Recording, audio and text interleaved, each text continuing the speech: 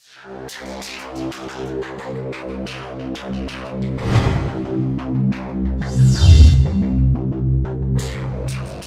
United States has suffered the indignity of invasion only rarely in its history. During the War of 1812, British troops overran Washington, D.C. and actually set fire to the White House. But for more than a century, no one else dared to trespass until the morning of December 7th, 1941.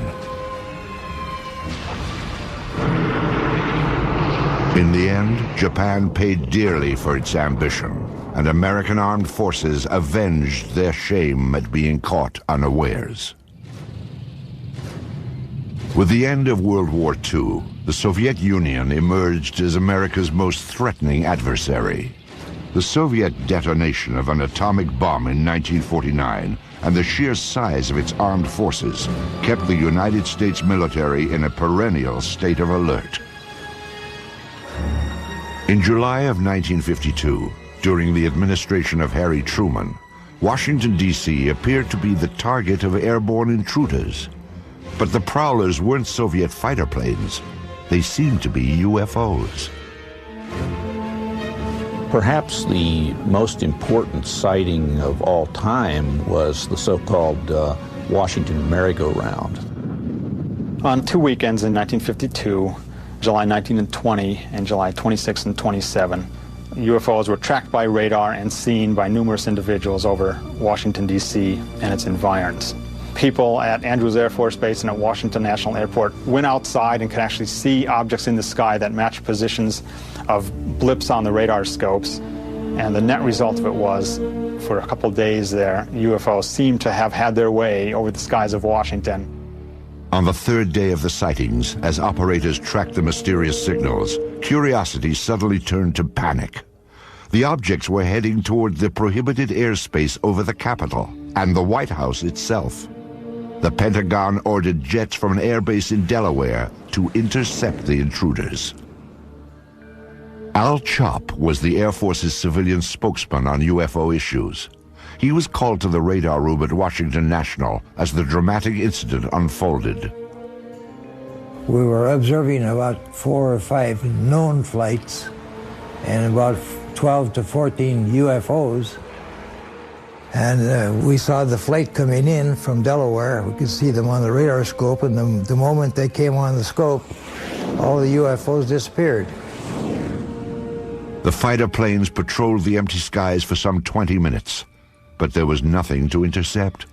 However, when the jets returned to base, the UFOs promptly reappeared on radar. And then when they came back, after the interceptors left, the fact that they immediately came back on the scope, I was very apprehensive. Again, jets were sent aloft. One pilot reported seeing the UFOs, which he described as blue and white lights. Then he reported that they were closing in. We could also see them on the radar scope, and we could see his return and the unknowns grouping around him. And he said, "They're all around me." And then he said later on, "What shall I do?"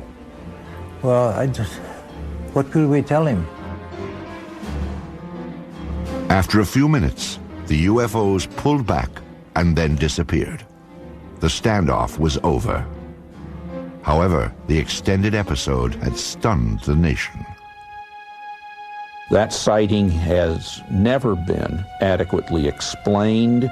Because it happened in Washington, D.C., it alerted everybody right on up to the President of the United States and caused a national press conference by the Chief of Intelligence of the Air Force to try to calm everybody down. We have received and analyzed between 1 and 2,000 reports that have come to us from all kinds of sources. Of this great mass of reports, we have, as of date, come to only one firm conclusion, and that is that it does not contain any pattern of purpose or of consistency that we can relate to any conceivable threat to the United States. General Sanford went on to explain that the sightings were merely an atmospheric anomaly, an inversion layer. Radar signals had bounced off this layer and picked up ground images of cars and buildings. Somehow, experienced radar operators at 3 different locations had misidentified them as UFOs. The press dutifully took down the story. They bought the explanations. It was still standard practice, and it was for many years, to accept whatever the government said about flying saucers, no matter how foolish it was when you looked at it carefully. The people at Washington National Airport and at Andrews were expert radar people and personnel. They'd been there for many, many years and could easily differentiate between ground clutter and true metallic objects. I mean, if they couldn't, they shouldn't have been radar operators. The senior radar air traffic controller at Washington National Airport, Harry Barnes, wrote his own account of the so-called Washington merry-go-round. He describes the objects as making right-angle turns, as hovering, as reversing their course and moving back upon their path. One radar tracked the objects as moving at approximately 7,000 miles per hour. He had never seen objects maneuver like this in his years of being over a radar scope. He didn't know what they were. There were a few others who did not believe the objects were simply a product of unusual weather conditions. At that time, I was convinced that these things were interplanetary machines of some kind, mainly because of what happened that night in the radar room at Washington National Airport. I'm convinced that those objects were real. We don't know what they are, and we don't know where they come from, but they are there. Of course, it's entirely possible that the military didn't really believe its own explanation of the UFOs. No fighters could catch up with these things, and they outmaneuvered the best that the military had to throw at them. Obviously, the people who were in charge of Air Force projects and Air Force intelligence at this time were not idiots. They were very, very smart people, as they are today. And I think they probably thought, once they appeared on Washington, oh my God, this is the holiest of holies. Now they're hovering around the White House and the Capitol. What can we do? Well, the answer turned out to be that they could do absolutely nothing. But it probably had to provoke a whole lot of consternation in official quarters. I can't believe that they wouldn't have been interested in, at some level, trying to find out what is going on. It's a national defense concern. There was a technical report that said it's the most classified subject in the United States, even more so than the H-bomb. That's going pretty far. That's taking it very seriously. In the decades after the Washington National incident, aerial sightings were reported more frequently and all across the country. Some episodes were even recorded on tape. Dark 05, 327.1, 327.1. On March 25, 1995, 3 crew members on America West Flight 564 saw something unusual in the sky over Bovina, Texas. Texas 564, go ahead. Yeah, off to our 3 o'clock. Get some strokes out there. Can you tell us what it is? Right now, I don't know what it is right now. It was 10:25 p.m. and the plane was cruising at 39,000 feet. The crew kept their eyes on a large object with flashing lights, visible below them. When they turned west, the object turned too. Here is the actual conversation between the flight's first officer and air traffic control. 564, did you pay that object at all on your radar? Cactus 564, no I don't. And talking to the 3 or 4 guys around here, no one knows what that is. We've never heard about that. But nobody's painting it at all? Okay, Cactus 564, say again? There's nothing on the radars on the other centers at all on that particular area, that object that's up in the air? It's up in the air? Affirmative.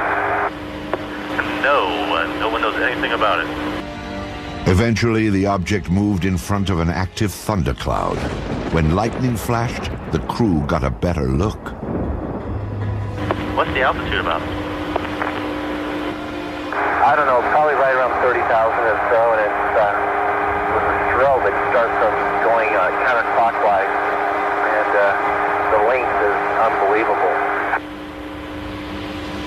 The airline crew was seeing something that ground radar was not picking up. Air traffic controllers alerted Cannon Air Force Base in eastern New Mexico to check if military aircraft, or perhaps weather balloons, were known to be in the area. Cannon 21. Cannon, go ahead. Hey, do you guys know if there was anything like a tethered balloon or anything released that should be above tie band? No, we haven't heard nothing about it. Okay. Guy at 39,000 says he sees something at 30,000 that the length is unbelievable and it has a strobe on it. Uh-huh. This is not good. Okay. What does that mean? I don't know. It's a UFO or something. It's that Roswell crap again. The desert just outside Roswell, New Mexico, was the site of a mysterious aircraft crash in July of 1947. Some 50 years later, the name Roswell had become synonymous with UFOs. And like Roswell, the experience of Flight 564's crew is still unexplained. Though crew members stick to their story, they prefer to remain anonymous. There's a lot of confusion, a lot of hesitancy about even reporting something like this, even in FAA, even in military. They're going to think we're crazy. I don't want to be grounded. I'm risking something here, and a lot of airline pilots feel that way too. Why should I report this? I don't want to be under a medical microscope here. I'm not losing my mind. Airlines don't like to employ people who see strange things. If you have a reputation in your company or your Air Force squadron as being the guy who saw the UFO from your F-18, I'm not sure I want to fly wing with him, you see. It's a subtle thing. Again, it goes back to denial. It's easier just to deny it and to say, all right, he's an oddball. Or she just saw something that just couldn't be seen, so she's probably not as reliable as she should be. The fear of ridicule or retribution has kept many UFO eyewitnesses silent. Still, some do step forward, at times with extraordinary revelations.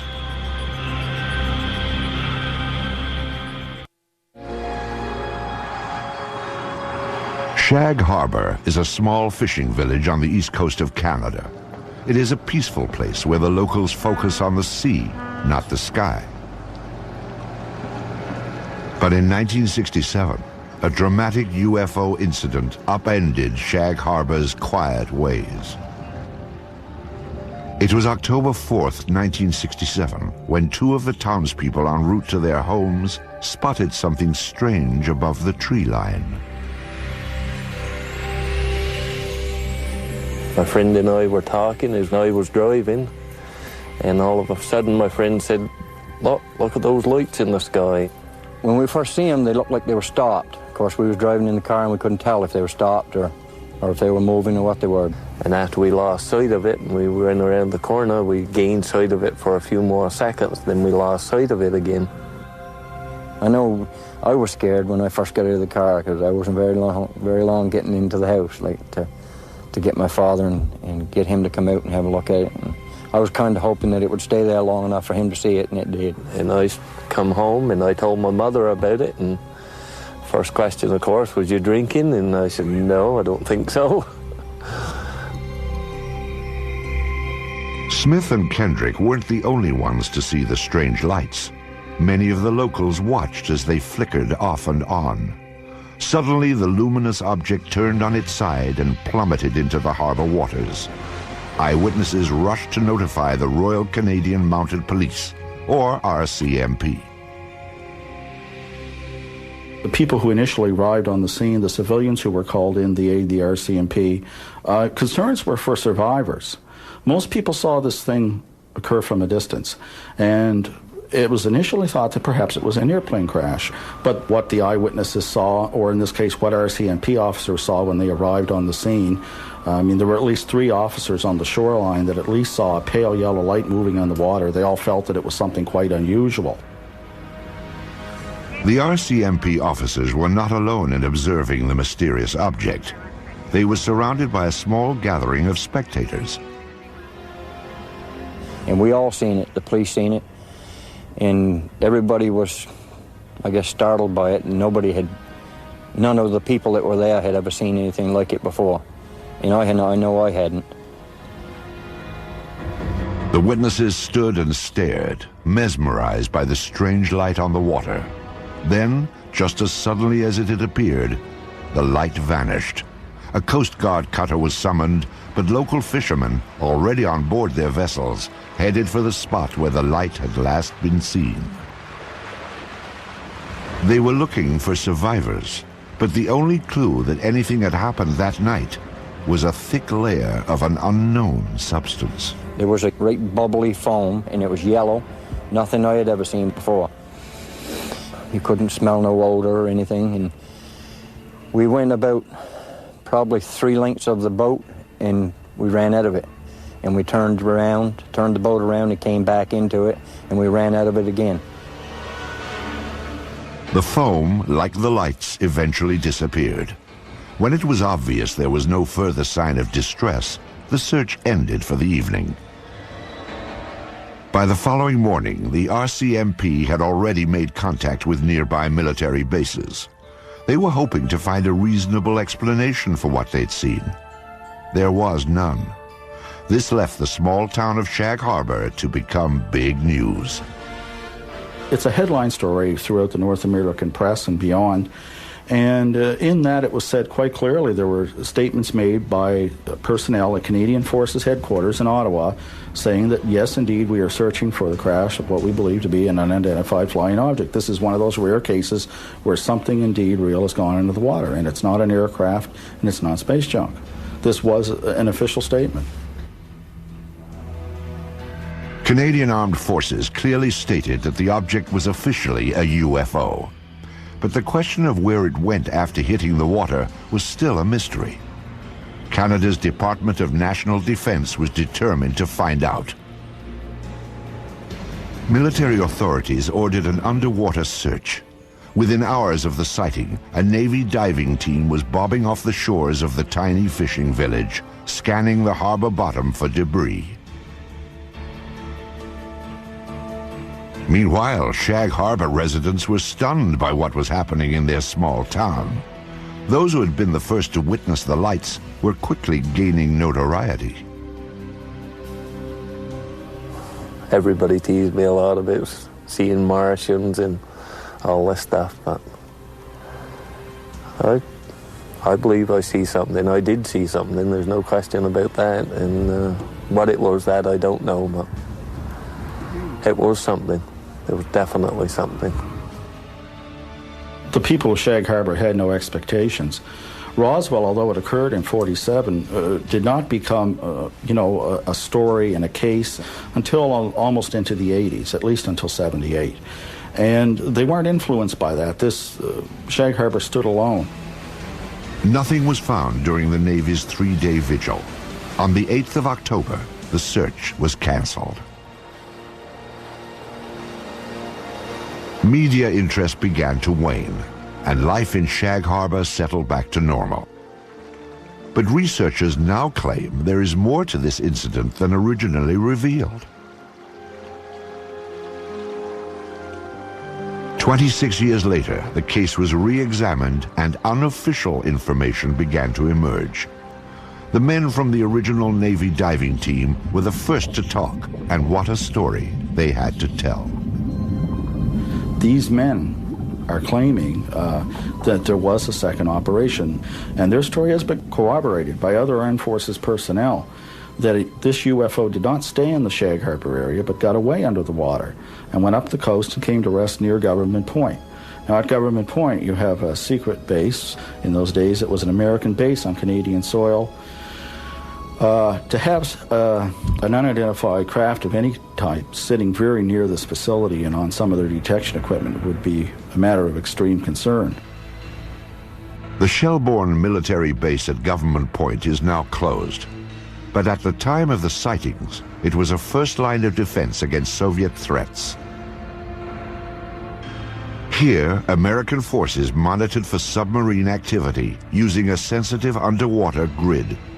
According to the unofficial story, an object triggered the detection device and a flotilla of Navy vessels responded. From our best information, 6 to 7 ships camped over the object for about a week, keeping an eye on it. Divers went down on it. One diver in particular makes no bones about it that this thing was an unidentified flying object, and there were things on it. And as the men put it, there was still activity in these crafts. And they're absolutely certain that it was nothing from this earth, that it was a UFO. So this does go beyond the official record by quite a stretch. According to researchers, other eyewitnesses have come forward, making this story difficult to dismiss. So what evidence do we have of this happening? We have 3 to 4 people that tell us the story that this did happen. We've got the integrity of the witnesses, but that's, witnesses are, we don't have the smoking gun, that's for sure, but I think we probably have the gun, but we just don't have the bullets. The unofficial story may never have confirmation, but it most certainly is complete. There is a beginning, a middle, and according to investigators, a surprising end. One of the things I enjoy most about the story is its end, because I suppose you could say, ufologically speaking, it has a happy ending, unlike most of these stories. After these ships sat over this object for a week, the UFOs start moving again while still submerged under the water and move down the coast of Nova Scotia and out into the Gulf of Maine. Once in the Gulf of Maine, they surface and fly away. This was a genuine UFO event. And what does that mean? Yes, it was an unidentified flying object, but beyond that, it means that it's nothing conventional. There are certainly aspects of this that you cannot explain or explain away. There is another episode involving a top-secret base, but this time, a high-ranking officer did come forward and sound the alarm when UFOs penetrated secure military airspace. Weather balloons? Swamp gas? A flock of birds? The planet Venus? These are some of the UFO explanations proposed by the military over the years. Ironically, some of the most unusual UFO episodes have been reported by military personnel, perhaps because they are trained to carefully observe their surroundings. Or maybe there is something on military bases that is of interest to UFOs. Of all these troubling accounts, few compare with the experience of 2 of the world's most technologically advanced countries, the United States and Great Britain. This was Bentwaters Air Force Base, located 140 miles north of London. The Rendlesham Forest stands just outside the base. Bentwaters is now abandoned, but before the Soviet Union broke apart, it was a hub of top-secret activity. This was a joint base, shared by both the United States Air Force and England's Royal Air Force. It was also a place that played host to some of the strangest sightings ever reported. I think the Bentwaters case is sort of a mainline, hardcore UFO case because it involves intelligent, educated people who are used to dealing with high technology. They're guarding it and securing it on their own base. They know aviation, they know weaponry. With security police who are trained to be good observers, they have to write all kinds of reports and defend what they say. And these people were puzzled, totally baffled by what they observed. During the Cold War, Bentwaters was the largest tactical fighter wing of the free world. Perhaps its most noteworthy period came in December of 1980, when both the military and the local townspeople watched a dramatic UFO episode unfold. Some say it even rivals the Roswell incident of 1947. It was a cool, clear winter night when suddenly unfamiliar bright lights were spotted in the sky. They sort of went up and down and moved sideways. They went this way and that, and moved about. and this was fascinated. So I opened the front door and walked out into my front yard and to get a better view. And my house was right at the end of the runway. So I stood there looking at them and I thought, it can't be aeroplanes because I'd landed in the forest. Suspicious activity around the top-secret Bentwaters Air Base was always closely monitored. That night, neighbors could tell that they were not the only ones to experience the unusual episode. I stood there for a few minutes to see what anything else would happen, and I could hear the commotion on the base. The wind was in that direction. I could hear people shouting, calling, and vehicles start up, and I wondered what the commotion was. 3 military patrolmen had also reported unfamiliar lights shining from within the forest. They requested and received permission to investigate beyond the base perimeter. As required, the 3 military police officers filed a report about what they'd seen. I went in to collect the police blotters, the activity from the previous day and previous night, and the desk sergeant started laughing when I walked in.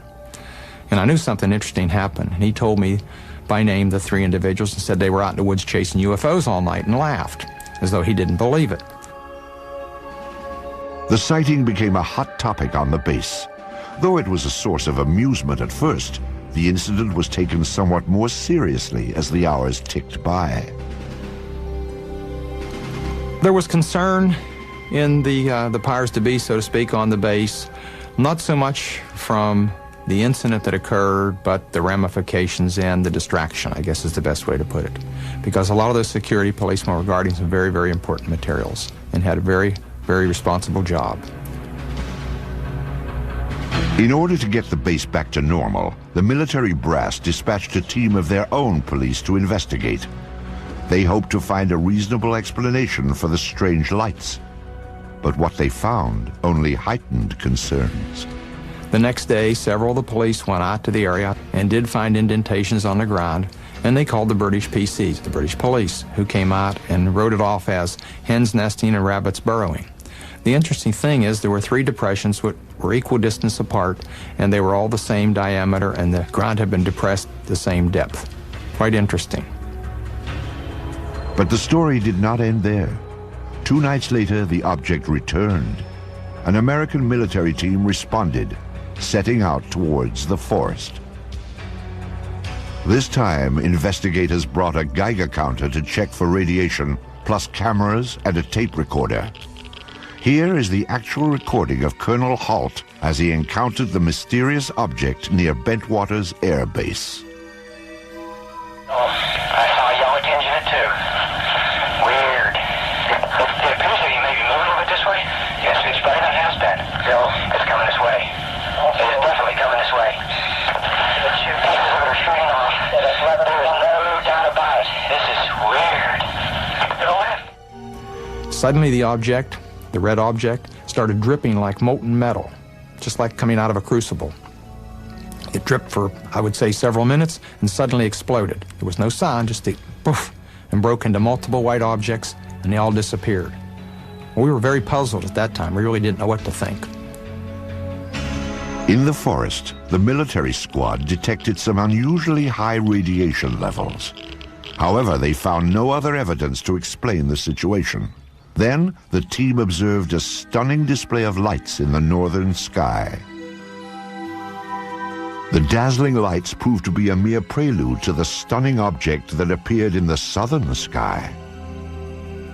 Suddenly, the object to the south approached at very high speed, stopped, I would say a quarter, half mile above us, I can't really tell for sure, and sent down some type of a beam that fell right at our feet. It wasn't like an ordinary light that fans out. This came down straight like a laser beam. Illuminated the ground, a small circle, 8, 10, 12 inches in diameter, probably for about, I'd say, 10 seconds. Well, I was very concerned then. Are we getting a signal? Are we getting a warning? Or was this some type of a weapon that hadn't gotten us yet? Just as suddenly as it appeared, it clicked, disappeared. 3 hours later, the UFOs were gone, but mass confusion had taken their place. We were sure nobody would believe this, and I say we were all thinking, wow, how are we going to cover this up? You know, what are we going to tell people? We can't tell the British. We can't go back and tell our bosses. They'll think we've all been out here in the woods drinking or something, which wasn't true. But there was great concern. At the risk of ruining his reputation, Colonel Halt reported the incident to a superior officer the next day. He then turned in his audio cassette from the night before. After a staff meeting, the officer asked Colonel Halt to discuss the matter with the British liaison. The liaison was out of town, so Halt wrote a memo. I wrote a memo which has become somewhat public, I guess, and kind of cleaned it up a little bit and abbreviated what happened. Later in the night, a red, sun-like light was seen through the trees. It moved about and pulsed. At one point, it appeared to throw off glowing particles, and then broke into 5 separate white objects, and they disappeared. I expected a phone call or somebody to drop around to see me real soon. Nothing happened, and nothing happened. You know, days turned into weeks, and I kept asking, well, you know, is there any interest? And finally, it just became a non-issue. Bentwater's commanders were content to let the matter drop, or so it seemed. But subsequent events would suggest that both the British and the American military regarded the incident at Bentwaters with the utmost gravity.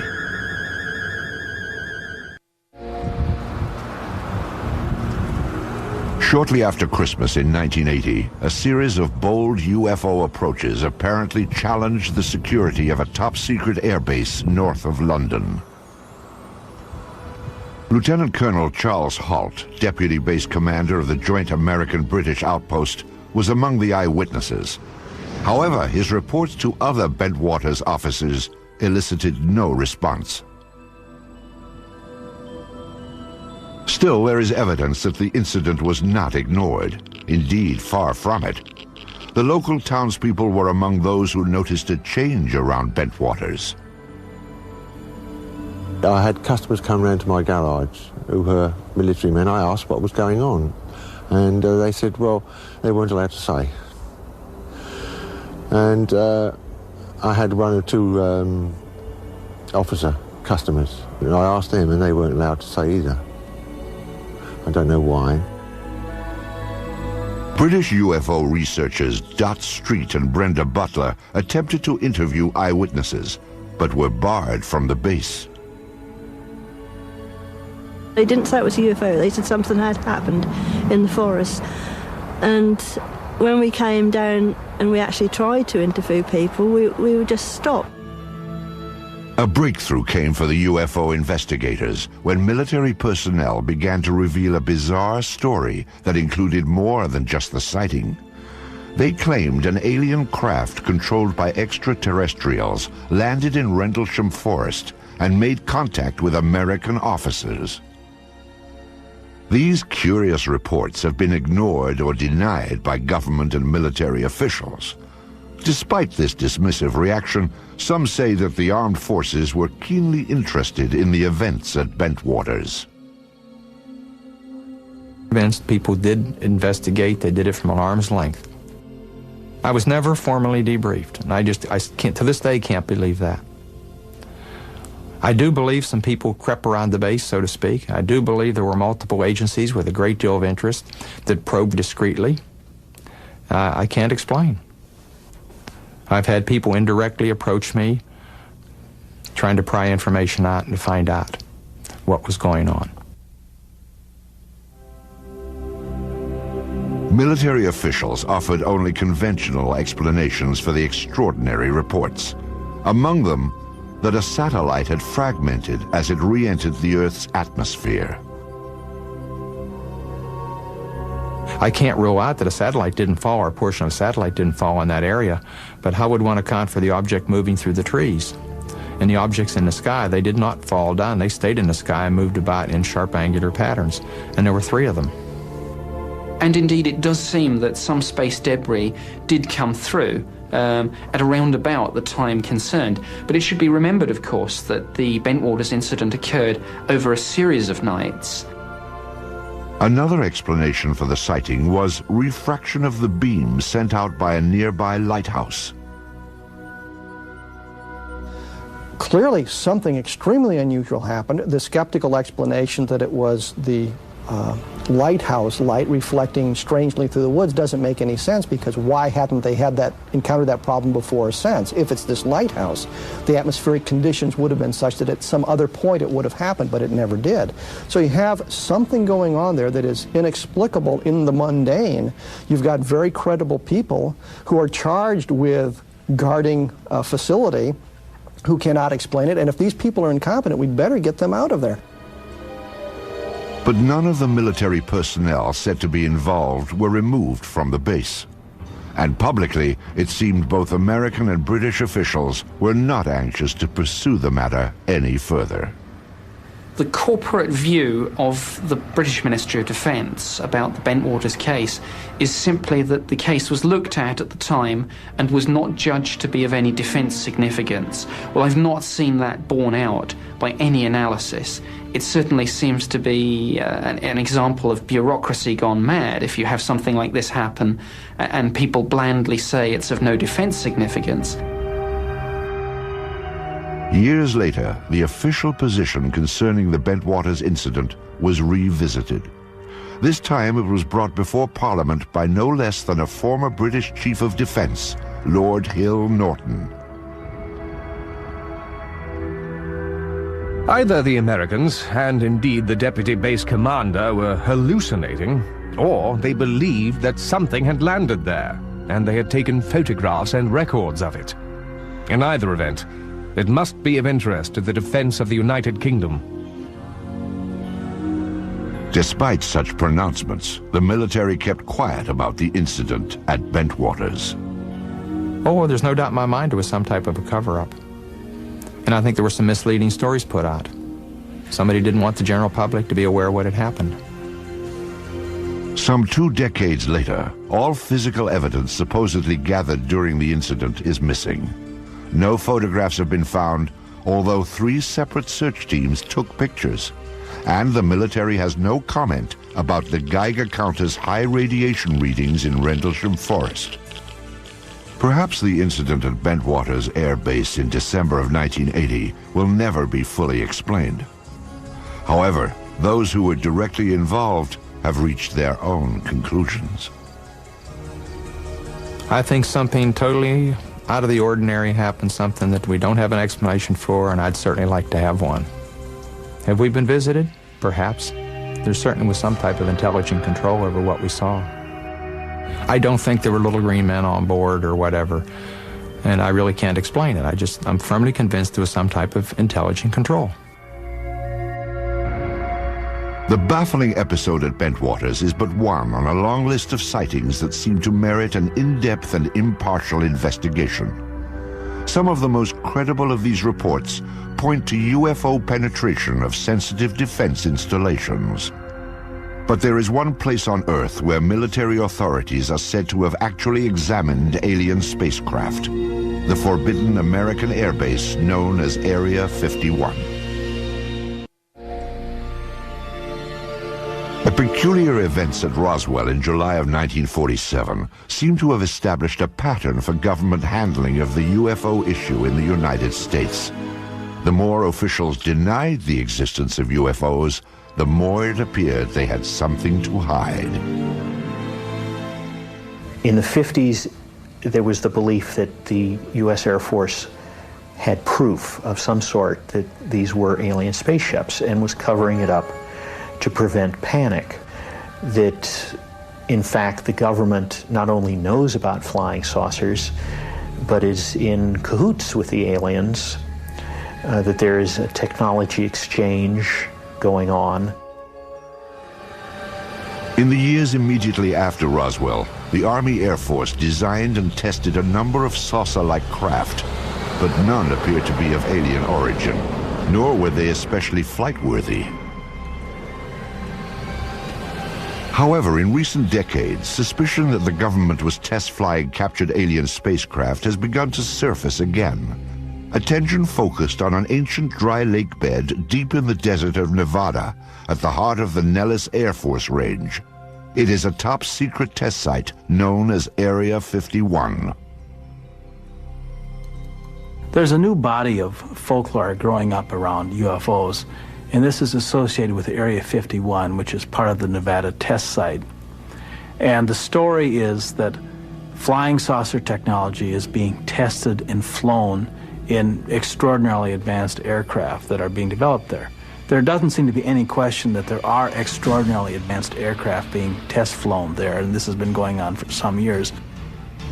Area 51 was the development site used for the F-117 stealth fighter. U.S.-operated MiGs have flown from that area. These are extraordinary vehicles, and if you had seen, say, an F-117 in flight before it had been publicized, you would not have known what to make of it. It would have been a UFO in a very real sense, an unidentified flying object. The stealth fighter is truly an incredible aircraft which few could even dream of in the 1970s.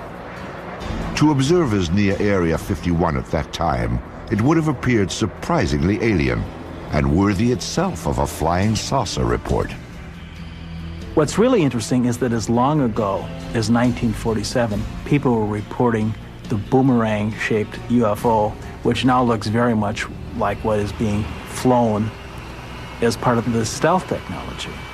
It is interesting that certain kinds of aircraft that undeniably exist look very much like what people reported as UFOs for many years. Some believe that the source of such technology is alien. If it is, then many trace the source back to Roswell in 1947 and the government's supposed cover-up of the spacecraft that crashed there. The sensational UFO stories associated with Area 51 have made this remote site a mecca for the curious. Visitors to this spot are monitored from the restricted airspace above and by ground vibration sensors that detect their unwelcome approach. The surrounding mountaintops hold still other devices that scan for any movement below.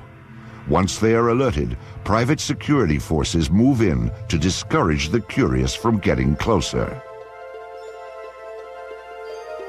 For those who defy these measures, trying for a glimpse inside, there is one last chilling warning. Deadly force will be used if you come any closer. Persistent rumors about alien technology prompted the investigative arm of Congress to reopen the Roswell case in 1994. The General Accounting Office, or GAO, searched for all records related to the events of 1947 and then issued a report on their findings.